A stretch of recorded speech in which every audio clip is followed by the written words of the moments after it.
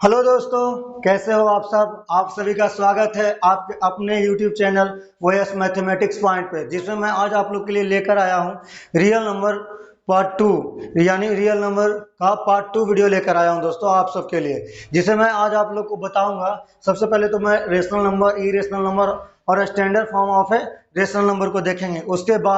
उसके बाद हम कुछ अपरिमेय संख्याओं को प्रूव करेंगे। उसके बाद हम लोग नॉन टर्मिनेटिंग और टर्मिनेटिंग डेसिमल को भी देखेंगे। तो ठीक है दोस्तों, चलिए यहाँ हम लोग रेशनल नंबर से शुरू करते हैं। देखिए, रेशनल नंबर क्या है। रेशनल नंबर हमने रियल नंबर का पार्ट वन वीडियो में भी मैंने रेशनल नंबर के बारे में बताया है और इरेशनल नंबर के बारे में बताया है। यहाँ भी मैं थोड़ा सा इसके बारे में आप लोग को बता देना चाहता हूँ। तो रेशनल नंबर वो होता है, यानी आप लिख सकते हैं वैसी संख्या जिसे हम पी बाई क्यू के रूप में लिख सकते हैं, जहां P equal to not zero और P कॉमा Q दोनों क्या है, P Q इंटीजर है, या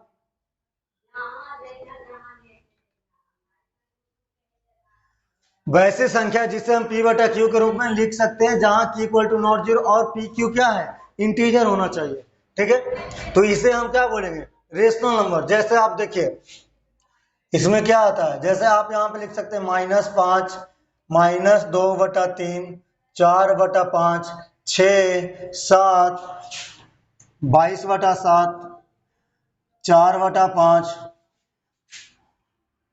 तो ये क्या है दोस्तों, ये रेशनल नंबर है। अब हम लोग देखते हैं इरेशनल नंबर, अपरिमेय संख्या है। अपरिमेय संख्या होता क्या है, तो देखिए वैसी संख्या जिसे हम P बाई Q के रूप में, जहां Q equal to not zero है और P कॉमा Q क्या है, दोनों इंटीजर है। वैसी संख्या जिसे हम P बटा Q के रूप में नहीं लिख सकते, यानी वैसी संख्या जिसे हम P बाई Q के रूप में नहीं लिख सकते हैं दोस्तों, नहीं लिख सकते हैं। ठीक है, आप लोग को समझ में आ गया कि वैसी संख्या जिसे हम P बटा Q के रूप में नहीं लिख सकते हैं, यानी ये वाला फॉर्म जो देख रहे हैं आप, इस फॉर्म में हम नहीं लिख सकते हैं। तो वैसी सभी संख्याओं को हम लोग इरेशनल नंबर बोलेंगे। आप इसके एग्जांपल में देख सकते हैं, जैसे आपके मान के चलिए आपके पास है √2, √3, पाई, √5, √7, या आप लिख सकते हैं नॉन रिपीटिंग नंबर। जैसे देखिए मान के चलिए आप लिख सकते हैं 7.01, 011, 023 या 011, ये सब क्या है, नॉन रिपीटिंग नंबर है। और भी लिख सकते हैं 5.1000, जो मर्जी है आप लिखिए, सब ये सब क्या है दोस्तों, नॉन रिपीटिंग है। देखिए नॉन रिपीटिंग कहने का मतलब ये है, अभी इसके और आगे आते जाएगा, यानी नॉन रिपीटिंग जितना भी नंबर होगा आपका, नॉन रिपीटिंग कहने का मतलब बार बार एक नया नंबर आना चाहिए। जैसे देखिए यहाँ पे 100, देखिए रिपीट नहीं कर रहा, हर बार एक नया नंबर आ रहा है। तो वैसे सभी नंबर जो हर बार एक नया नंबर दे, एक नया नंबर आए डेसिमल में, तो उसे हम लोग बोलेंगे इरेशनल नंबर। ठीक है, अब देखिए standard form of a rational number. तो देखिए रेशनल नंबर का फॉर्म क्या होता है, P बटा Q के फॉर्म में, जो जहां क्या Q equal to not zero. अब हम इसको स्टैंडर्ड फॉर्म में कैसे कन्वर्ट करेंगे, तो देखिए स्टैंडर्ड फॉर्म में तभी हम बोल सकते हैं जब P और Q के बीच में कोई भी वैनिष्ट गुणनखंड ना हो। जब हम लिखेंगे, जब P और Q का एक के अलावे कोई उभयनिष्ठ गुणनखंड ना हो, या आप कह सकते हैं जिसका HCF of PQ equal to कितना आना चाहिए दोस्तों, 1 आना चाहिए। यानी वैसी दोनों संख्याएं, वैसा दोनों इंटीजर होगा जिसका कि HCF कितना आना चाहिए, 1। अगर HCF 1 आता है तो हम उसको बोल सकते हैं standard form of a rational number है। ठीक है, तो अब हम प्रूव करेंगे कुछ अपरिमेय संख्याओं को। तो चलिए आगे बढ़ते हैं।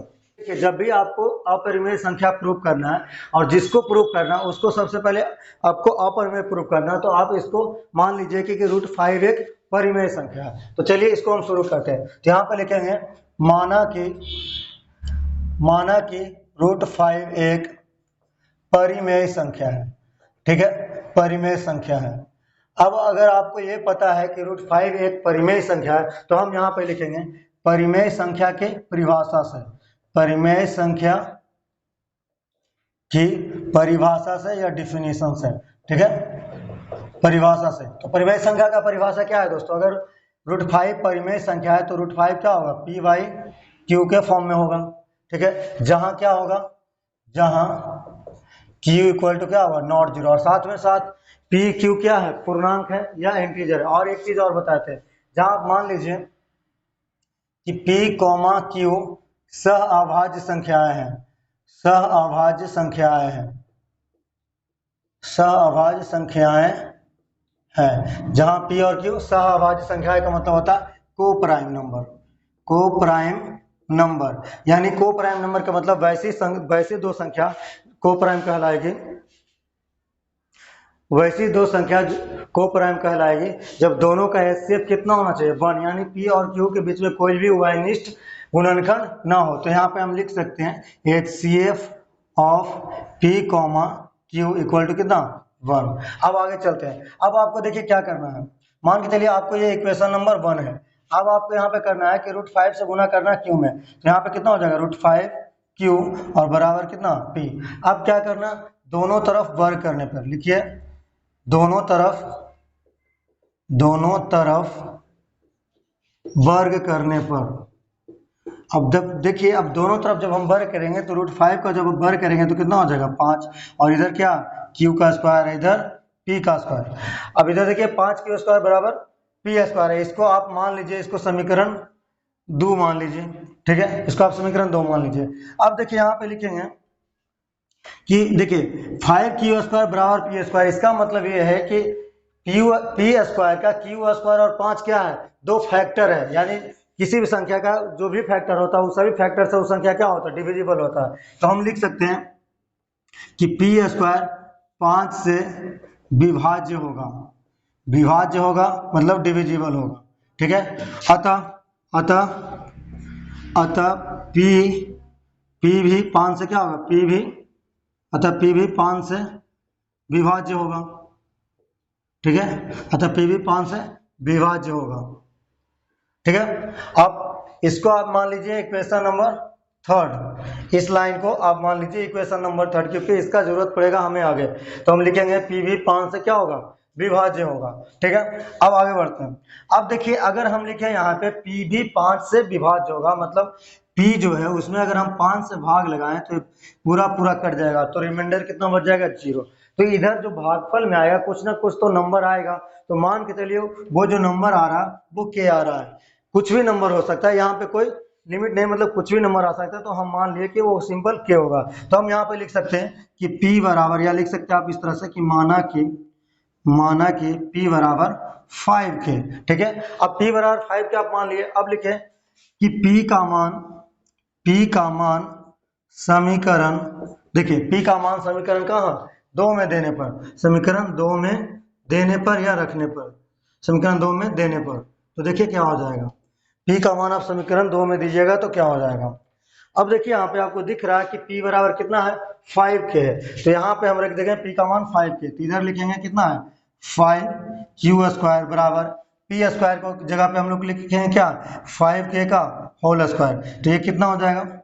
5q स्क्वायर बराबर 25k स्क्वायर, ठीक है। अब देखिए 5 से 25 को हम लोग काट सकते हैं कितना बार में?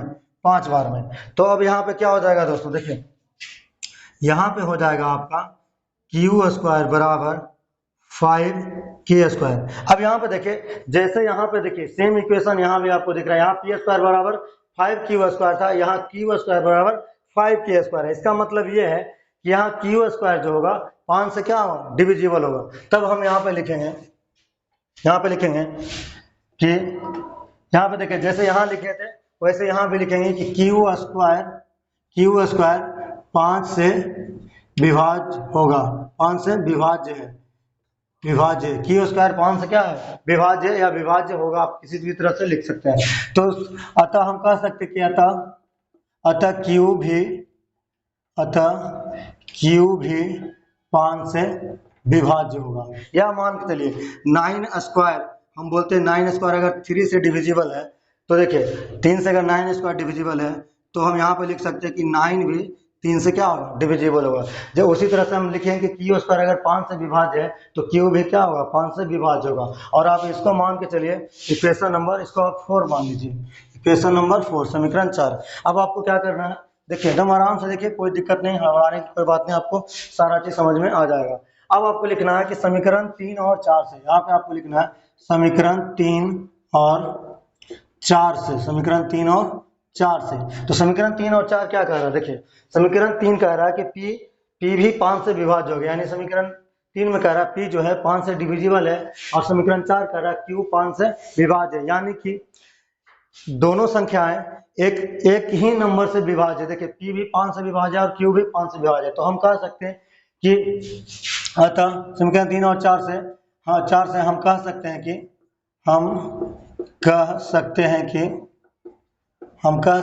कि P, Q का एक उभयनिष्ठ उभयनिष्ठ गुणनखंड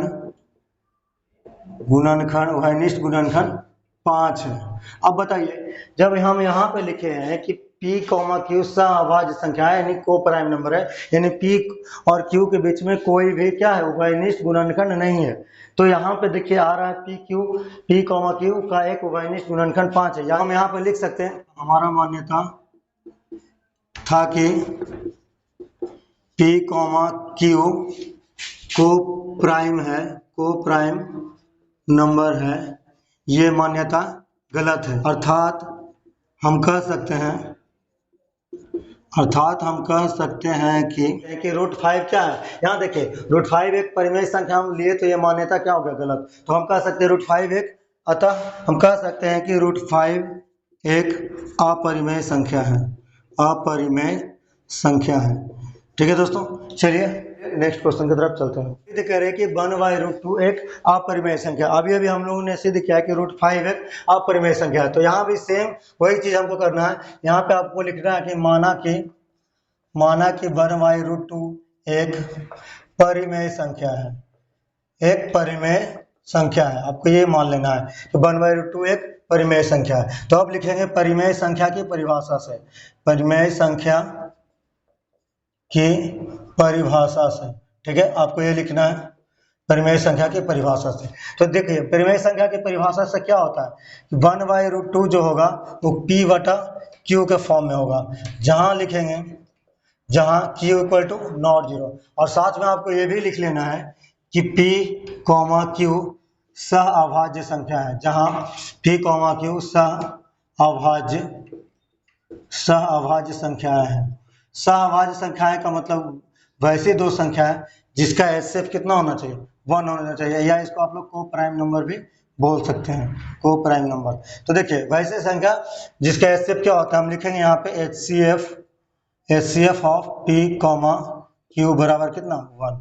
ठीक है, HCF ऑफ P, Q बराबर कितना, 1। अब आपको क्या करना है, देखिए अब इसको आप समीकरण 1 मान लीजिए।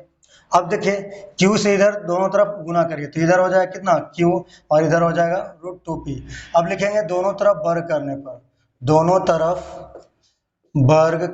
पर, देखिए दोनों तरफ वर्ग करेंगे तो क्या होगा, Q का स्क्वायर बराबर 2P स्क्वायर।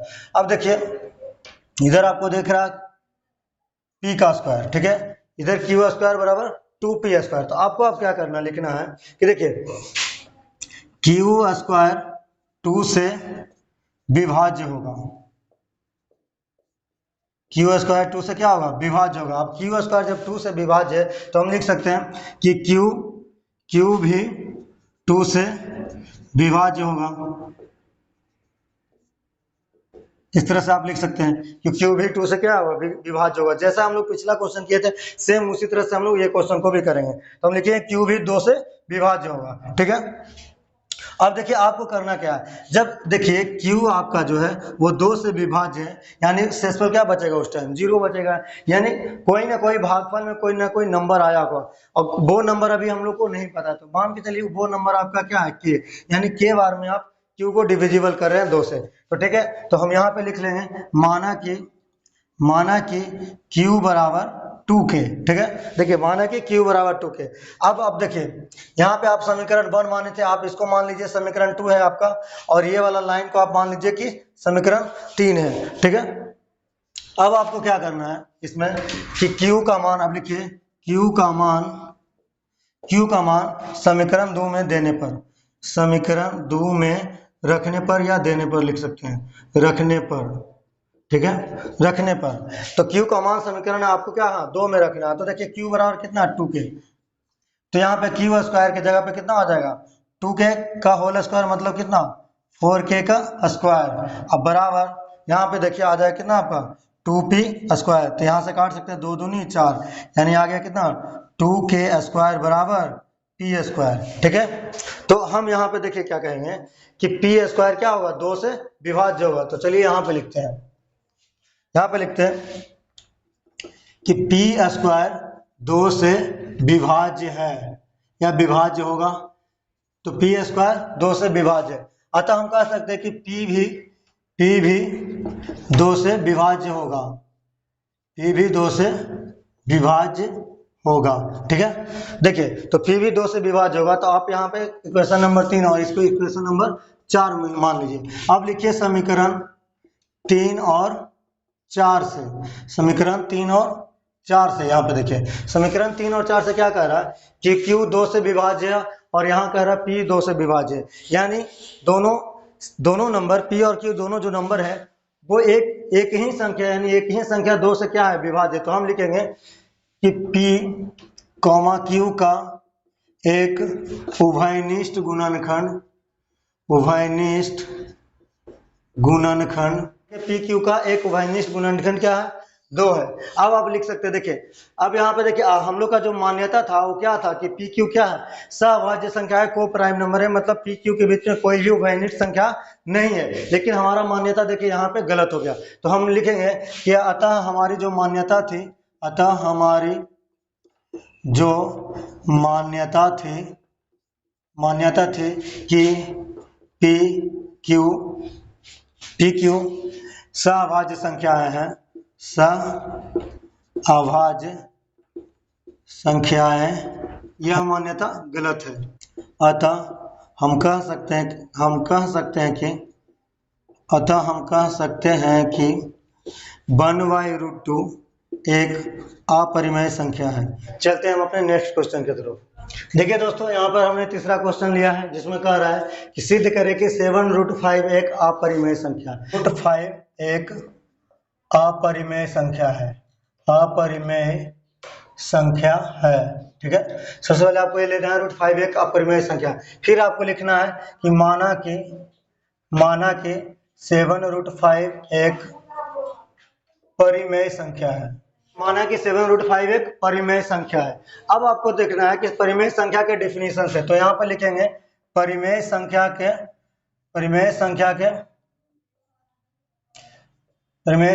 परिभाषा से, परिमेय संख्या के परिभाषा से हम लिखेंगे कि 7√5 p बटा क्या, q,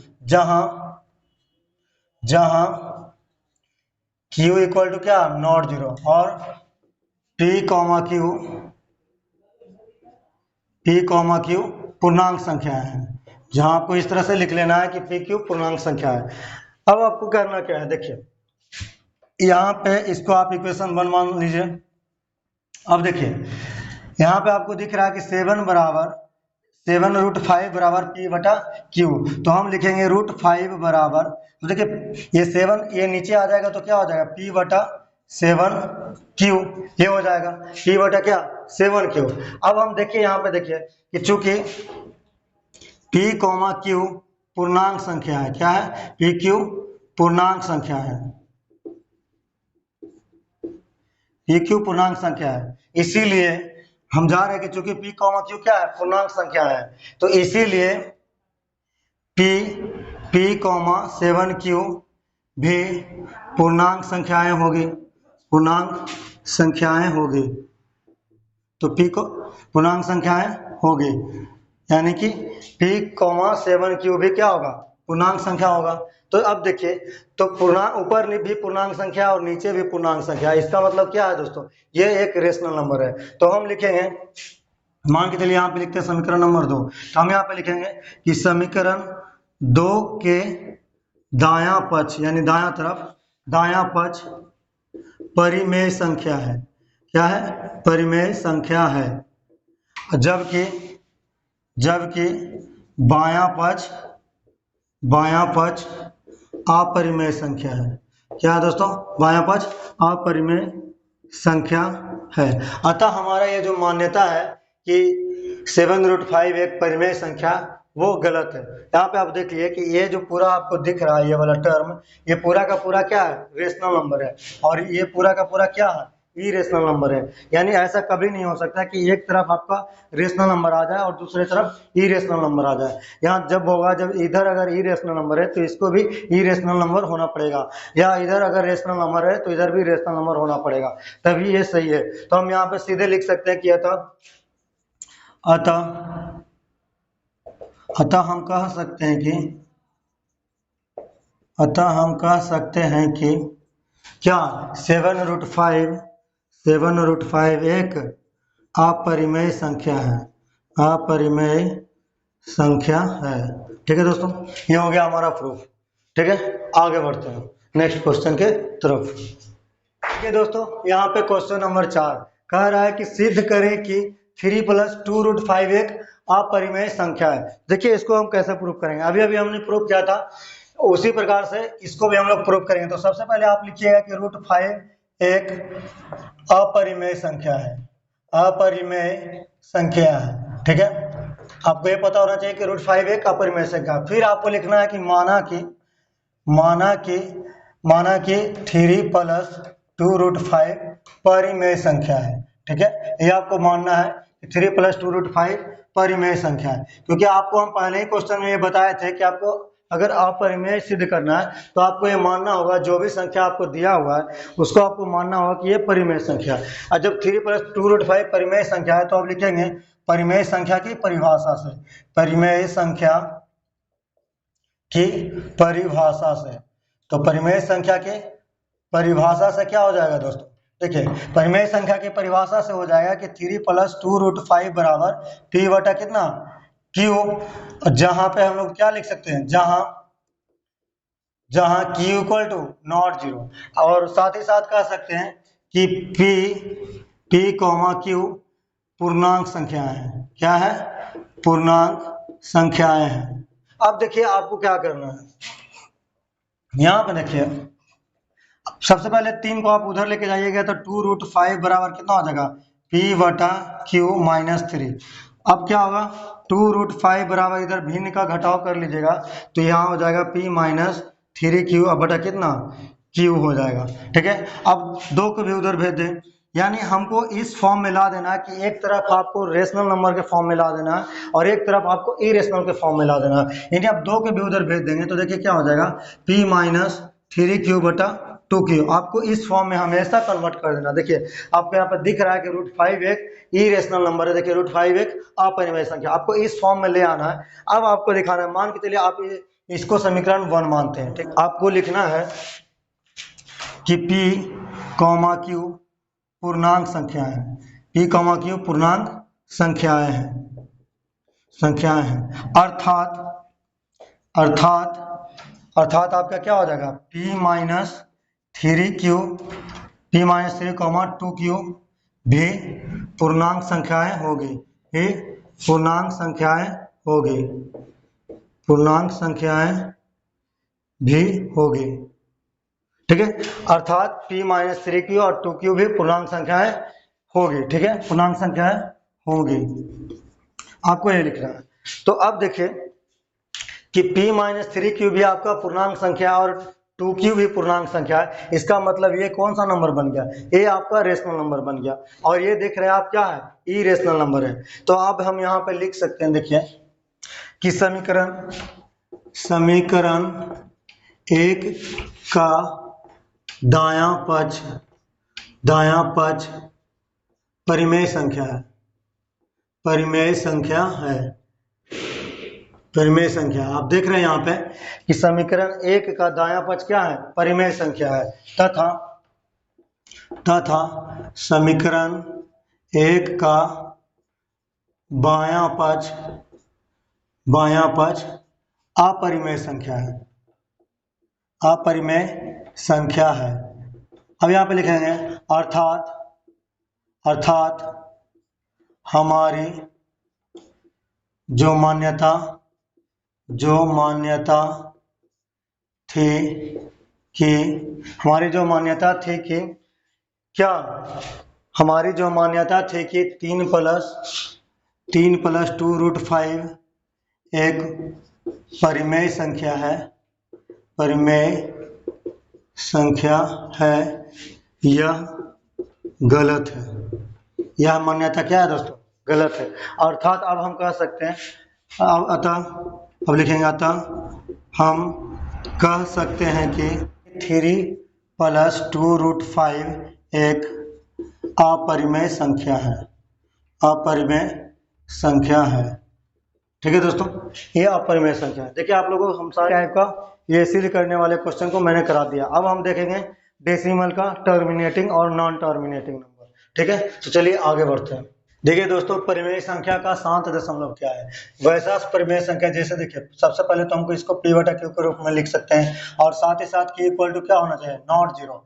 अब कौन सा ऐसा नंबर होगा, यानी कौन सा रेशनल नंबर होगा जो टर्मिनेटिंग होगा, जिसका शांत दशमलव होगा? जैसे आप समझिए, ऊपर p है और नीचे 2m गुना 5n के फैक्टर में होना चाहिए, यानी q का जो फैक्टर होना चाहिए 2 गुना 5n के फॉर्म में होना चाहिए, और इसके अलावा कोई दूसरा नंबर यहाँ पे नहीं होना चाहिए। और साथ ही में साथ क्या है? pq क्या है? सह अभाज्य संख्या, यानी को प्राइम नंबर है।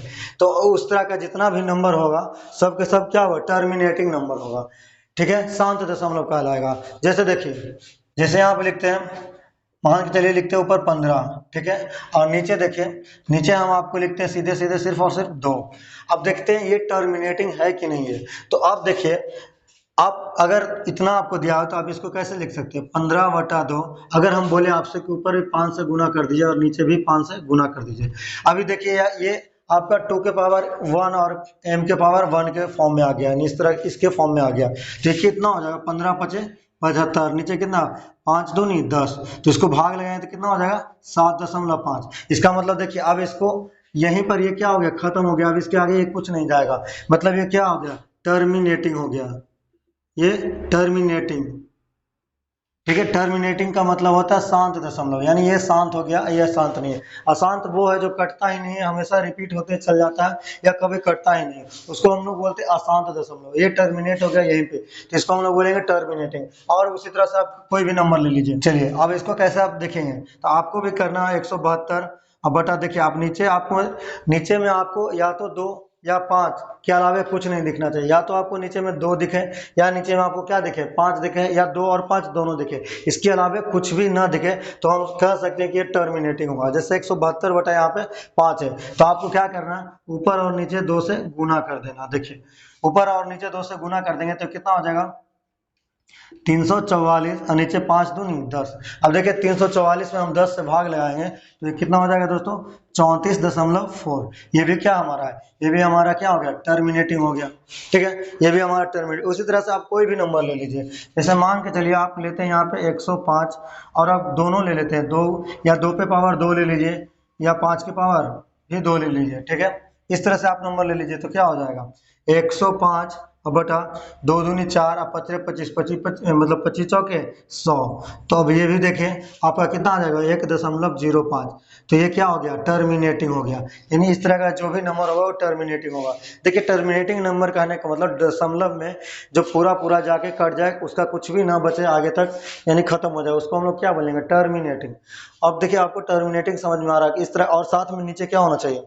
2 गुना 5 के फॉर्म में होना चाहिए, या 2 पे पावर m गुना 5 के पावर n। इस तरह के फॉर्म में आपका होना चाहिए। तो हम लोग इस तरह के नंबर को क्या बोलेंगे? Terminating number. तो ठीक है, अब हम लोग देखते हैं नॉन टर्मिनेटिंग नंबर, अशांत दशमलव। तो अशांत दशमलव वो होता है, जैसे देखिए हम लोग उसको p/q के फॉर्म में तो लिखेंगे ही, साथ में q = नॉट जीरो, और p, q क्या है?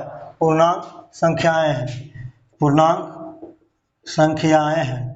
अब देखिए इसमें होता क्या है, जैसे आप एक एग्जांपल के मदद से समझिए। जैसे हम लिखते हैं यहाँ पे 4/3। अब आप 4 में भाग लगा के देखिए 3 से, तो देखिए 4 में हम भाग लगाएंगे 3 से तो एक बार में लगाएंगे तो 4 में से 3 गया 1। अब यहाँ पे देखिए 1 में हम तो 3 से भाग लगा नहीं सकते, तो यहाँ पे दशमलव देंगे, यहाँ पे क्या शून्य लिखेंगे, तो 3 बार लगाएंगे तो फिर से 1 बचेगा, फिर से यहाँ पे 1 शून्य देंगे, फिर से 3 बार में लगाएंगे 9 बचेगा, फिर से यहाँ 1 बचेगा, फिर से 1 शून्य लगाएंगे, फिर से 3 बार में लगाएंगे 9, फिर से घटेगा 1, फिर से लगाएंगे शून्य। तो देखिए ये हर बार क्या हो रहा है दोस्तों, ये रिपीट हो रहा है, मतलब ये कभी भी कटने का नाम ही नहीं ले रहा है, या मतलब ये शांत नहीं है। देखिए अशांत है, इसमें अशांति फैला हुआ है, मतलब ये कभी भी स्टेबल है ही नहीं, ये बढ़ते जा रहा है, बढ़ते जा रहा है, कभी भी नहीं कटेगा।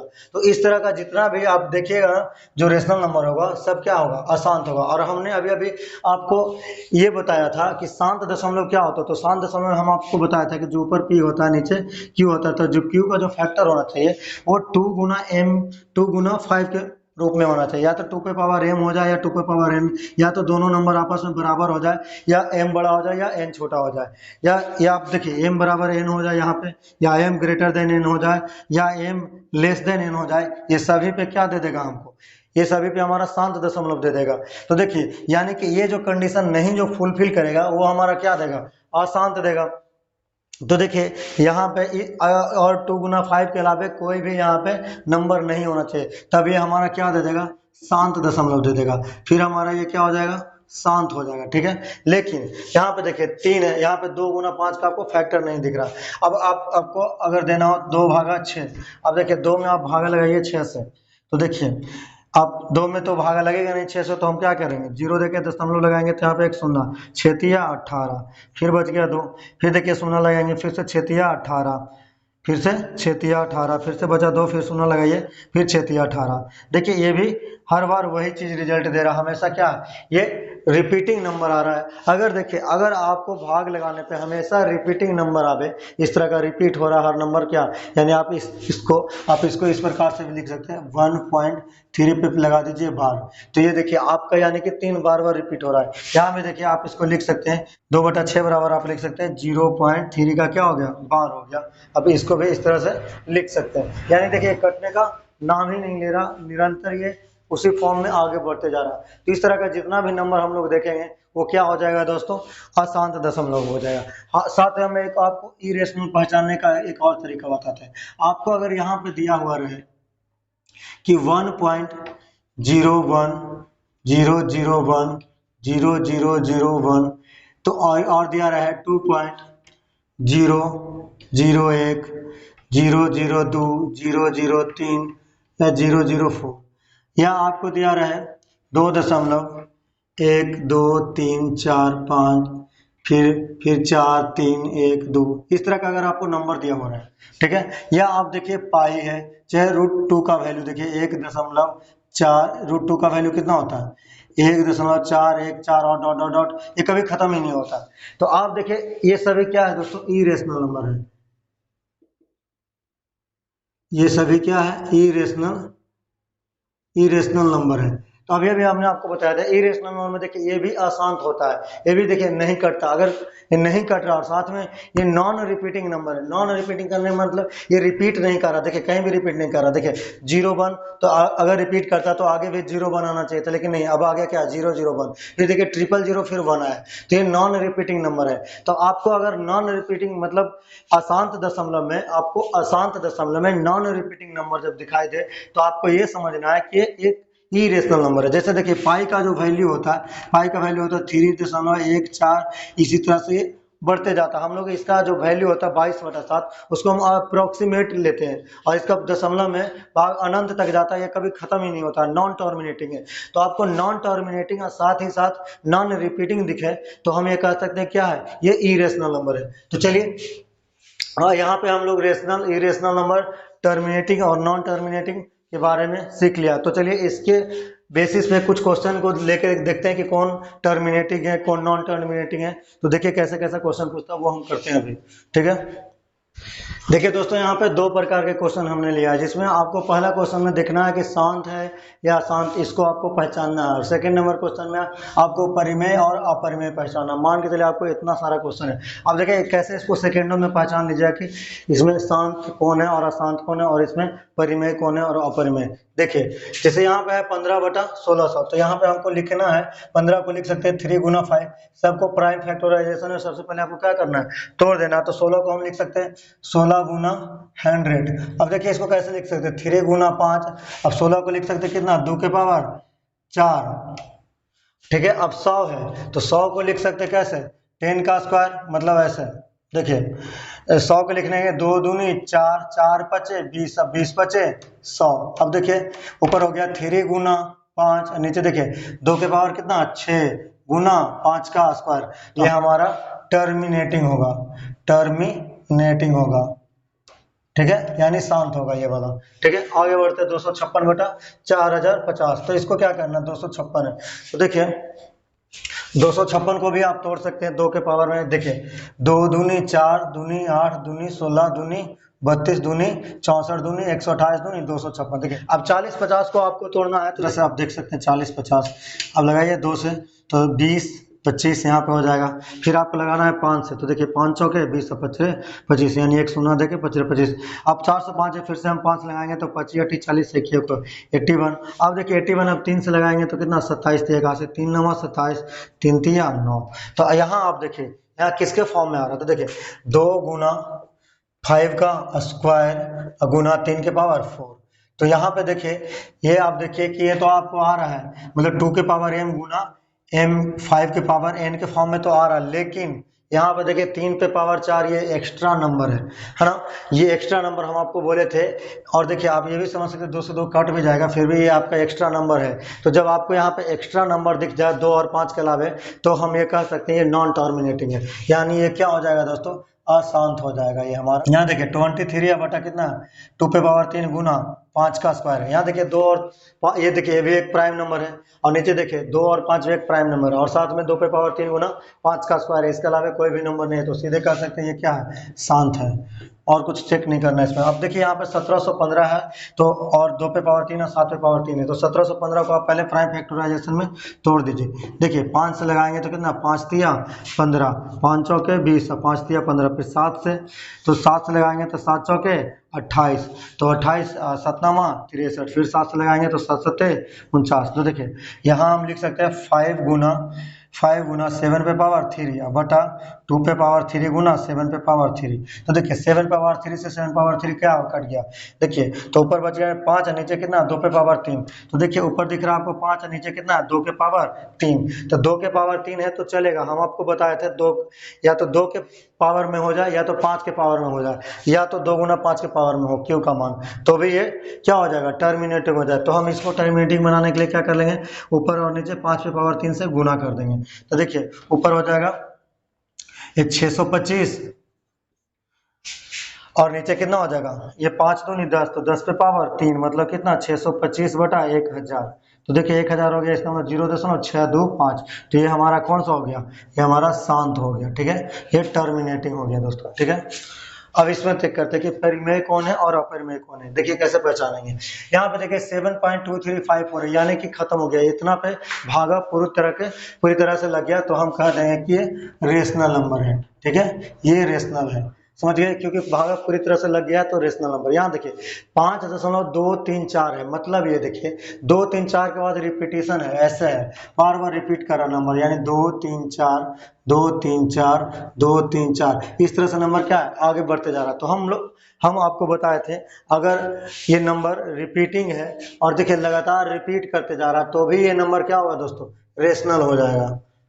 और अगर यही जो नंबर था नॉन रिपीटिंग होता और नहीं करता, साथ में टर्मिनेटिंग नहीं होता और नहीं ये रिपीटिंग भी नहीं होता, तब क्या हो जाता है, ये इरेशनल नंबर हो जाता है। सेम देखिए जैसे आपका ये हो गया रेशनल, उसी प्रकार से ये भी क्या है, रेशनल नंबर है, ये भी क्या हो गया, रेशनल नंबर हो गया। अब इसको देखिए, यहाँ पे देखिए, यहाँ देखिए ये नंबर क्या है, कट तो नहीं रहा है, यानी कि नॉन टर्मिनेटिंग है, और साथ ही साथ नॉन टर्मिनेटिंग के साथ साथ नॉन रिपीटिंग है। देखिए 1 2 0, अब है 1 2 0 0, फिर है 1 2 0 0 1 2 4 0, यानी कि ये नॉन टर्मिनेटिंग के साथ साथ नॉन रिपीटिंग नंबर है, यानी नॉन टर्मिनेटिंग और साथ में नॉन रिपीटिंग हो जाए तो हम कह सकते हैं ये क्या है, अपरिमेय है, यानी इरेशनल नंबर है,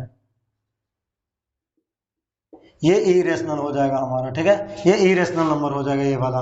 ठीक है, इरेशनल नंबर। अब देखिए यहाँ भी देखिए, यहाँ देखिए 02, फिर 002, फिर 00022, यानी यहाँ भी देखिए ये भी एक नॉन टर्मिनेटिंग है, नॉन टर्मिनेटिंग के साथ साथ ये नॉन रिपीटिंग है, यानी कि रिपीट नहीं कर रहा है इसमें सेम चीज को, हर बार एक नया वैल्यू आ रहा है, तो ये भी क्या हो जाएगा हमारा अपरिमेय संख्या हो जाएगा, इसको हम लोग लिख लेंगे अपरिमेय। ठीक है, ये भी अपरिमेय हो गया। अब इस क्वेश्चन की तरफ चलिए, यहाँ भी देखिए, यहाँ 8 2 8 4 2 7 1 और इसके बाद भी कुछ ना कुछ नंबर आते हैं, मतलब हर अंक के बाद एक नया डिजिट आ रहा है, यानी कि हम इसको भी क्या कर सकते हैं दोस्तों, ये भी देखिए नॉन रिपीटिंग के साथ साथ नॉन टर्मिनेटिंग है, तो जो भी नंबर नॉन टर्मिनेटिंग है और साथ में नॉन रिपीटिंग है वो सभी के सभी क्या है, अपरिमेय है, इरेशनल नंबर है। ठीक है, तो ये हमारा अपरिमेय हो गया। ठीक है, ये अपरिमेय हो गया। और यहाँ देखिए 1.732050 डॉट डॉट डॉट, यहाँ भी देखिए नंबर क्या है, नॉन टर्मिनेटिंग है, साथ ही साथ नॉन रिपीटिंग है, तो हम लोग इसको भी बोल देंगे क्या, ये भी क्या है, अपरिमेय है। ठीक है, और यहाँ देखिए 2.313, इसका मतलब ये है कि 2.313313313 ये इस तरह से जाते रहेगा। तो आप यहाँ पे इस नंबर को देख के आप समझ सकते हैं कि ये क्या है, नॉन टर्मिनेटिंग के साथ साथ ये रिपीटिंग है, ये नॉन रिपीटिंग नहीं है। तो ये नॉन टर्मिनेटिंग तो है लेकिन ये रिपीटिंग नंबर है, तो रिपीटिंग नंबर होता है तो ये क्या हो जाता है, रेशनल।